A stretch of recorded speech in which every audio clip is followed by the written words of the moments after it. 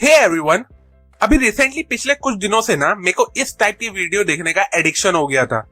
ये वीडियो से वैसे तो कुछ सीखने को नहीं मिलता है, बट पता नहीं क्यों ये वीडियो देखने बहुत मजा आ रहा था।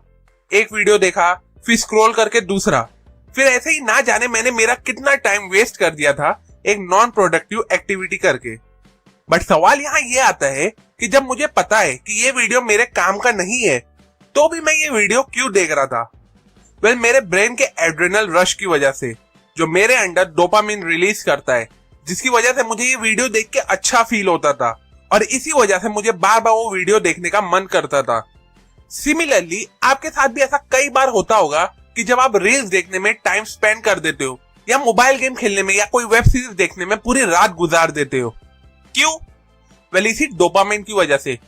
अच्छा चलो, अगर मैं आपको दो ऑप्शन दूं, पहला ऑप्शन है प्रोडक्टिव काम करना, जैसे कि कोई बुक पढ़ना, और दूसरा ऑप्शन है एक नॉन प्रोडक्टिव काम करना, जैसे कि पबजी खेलना, तो आप कौन सा काम चूज करोगे? चांसेस ज्यादा है कि आप पबजी चूज करोगे, डिस्पाइट नोइंग कि वो काम नॉन प्रोडक्टिव है, क्योंकि वो काम करने से आपके ब्रेन में बहुत ज्यादा एड्रेनल रश होता है, जो बहुत ज्यादा डोपामिन रिलीज करता है, जिससे आपको एक्चुअली में बहुत ज्यादा अच्छा लगता है और वही सेम काम बार बार करने में फिर मजा आता है। लेकिन वही बुक पढ़ना एक प्रोडक्टिव काम है, लेकिन फिर भी आप उसे अवॉइड करते हो, क्योंकि उसे करने पे आपके ब्रेन में बहुत ही कम एड्रेनल रश होता है, जिससे डोपामिन भी कम रिलीज होता है और इसलिए वो काम करने पे आपको बोर फील होता है।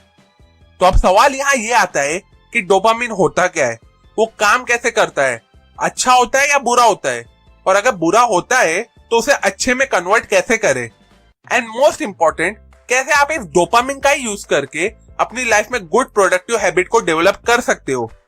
यही सब यूजफुल इंपॉर्टेंट चीज समझने और सीखने के लिए इस वीडियो को एंड तक जरूर देखें। So now let's begin. What is dopamine and how it works? तो सबसे पहले सवाल आता है कि डोपामिन एग्जैक्टली है क्या? बेसिकली डोपामिन एक केमिकल है आपके दिमाग में जो आपको प्लेजर वाली फीलिंग देता है।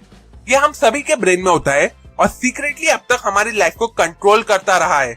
ये एक न्यूरोट्रांसमीटर है जो आपके ब्रेन में हैप्पी हार्मोन प्रोड्यूस करता है।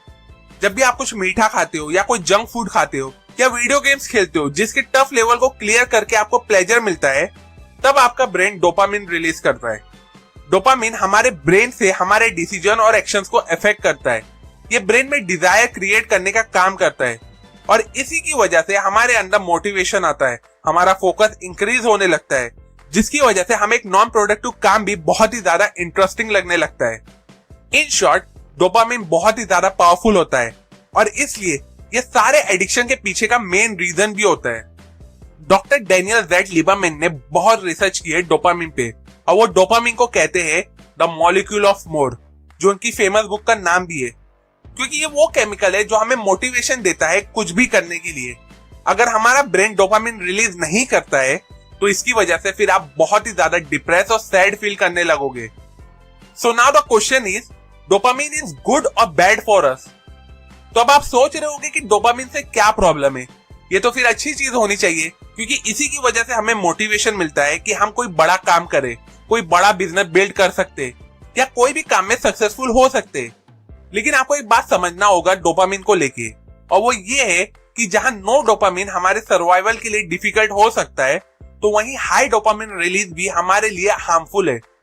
डॉक्टर एन्ना लैम के यूएस, ऑस्ट्रेलिया, कनाडा जैसे डेवलप नेशन को डोपामिन नेशंस कहते हैं, क्योंकि इन नेशंस के पास टेक्नोलॉजीज का सबसे हाई एक्सेस है और टेक्नोलॉजीज हमारे ब्रेन के डोपामिन सिस्टम को हाईजैक कर चुकी है। तो अब सवाल यहाँ ये आता है कि इस प्रोडक्टिविटी को वेस्ट होने से रोके कैसे? मतलब अब तक तो समझ में आ गया है कि डोपामिन हमारे लिए अच्छी चीज है, लेकिन उसे अच्छी प्रोडक्टिव चीजों के लिए कैसे यूटिलाइज करें? तो इस चीज को आप इजीली कर सकते हो एक सिंपल से मेथड को फॉलो करके, जिसे कहते हैं डोपामिन डिटॉक्स।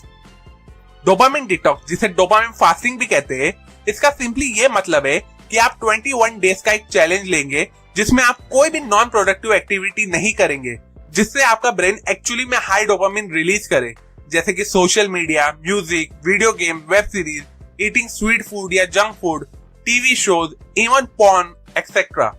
डोपामिन डिटॉक्स करने के लिए आपको ये एक्टिविटीज को पूरी तरह से एलिमिनेट करना होगा। अब इससे होगा ये कि आपका ब्रेन डोपामिन क्रेव करेगा, लेकिन ये नॉन प्रोडक्टिव एक्टिविटी की जगह कुछ प्रोडक्टिव एक्टिविटी करना होगा, जैसे कि meditation, walking, sleeping, journaling, writing books, reading, drinking enough water, कोई न्यू स्किल सीखना और सिर्फ हेल्दी और प्लेन फूड खाना। सिंपल वर्ड्स में कहूँ तो एक दिन के लिए आपको बहुत ही ज्यादा बोर फील करना होगा और अपने थॉट्स के साथ अकेले रहना होगा। आपको इस बोर्डम को ओपनली एक्सेप्ट करना होगा।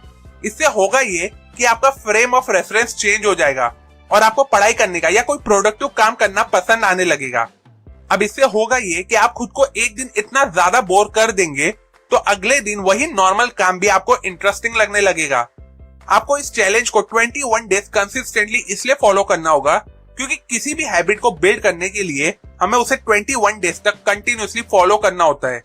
और इसलिए डिस्पाइट ऑफ गेटिंग बोर, जब आप इस एक्टिविटीज को 21 डेज तक कंटिन्यूअसली करते रहोगे तो फिर वो आपकी हैबिट बन जाएगी, जिसे करने पे आपको मजा आएगा और फिर जो आपके अंदर डोपामिन भी रिलीज करेगा और जिससे फिर आपको और भी ज्यादा अच्छा फील होने लगेगा। अब देखो, इस चैलेंज को आप थोड़ा इजीली करने के लिए इन 21 डेज में आप एक टेक्निक को फॉलो कर सकते हो। बेसिकली आपको करना ये होगा कि रोज सुबह जब आप उठते हो तो उस टाइम आप एक्टिव मोड में रहो, यानी कि कोई भी हाई डोपामिन एक्टिविटी ना करो, जैसे कि सोशल मीडिया का यूज करना, junk food for breakfast, music, alcohol etcetera. बल्कि आप एक लिस्ट बना लो उन सारे प्रोडक्टिव कामों की जो आपको करने हैं और उसे करना स्टार्ट कर दो। अब ये आप पे डिपेंड करता है कि ये सारे काम करने आपको कितना टाइम लगेगा, 4, 6 या 8 घंटे। लेकिन ये टाइम फ्रेम सेट कर लो कि इससे पहले आप कोई भी नॉन प्रोडक्टिव एक्टिविटी नहीं करोगे जिससे आपके ब्रेन के अंदर डोपामिन रिलीज होता है। फिर एक बार जब आप ये सारे प्रोडक्टिव काम कर लोगे उन सेट किए हुए टाइम में, तो फिर उसके बाद आप पैसिव जोन में जा सकते हैं, जहां आप नॉर्मल या मॉडरेट डोपामिन रिलीज करने वाली नॉन प्रोडक्टिव एक्टिविटी कर सकते हो, जैसे कि सोशल मीडिया यूज करना, यूट्यूब वीडियोस देखना एक्सेट्रा एक्सेट्रा। तो बेसिकली आप एक रूल बना रहे हो जहां आप ये डिसाइड करते हो कि ये सारे प्रोडक्टिव काम खत्म होने से पहले आप कोई भी डोपामिन रिलीज करने वाला नॉन प्रोडक्टिव एक्टिविटी नहीं करोगे और अपने दिमाग को बता दो कि देयर इज नो शॉर्टकट, मतलब कोई भी प्रोडक्टिव काम करने के लिए शॉर्टकट नहीं है।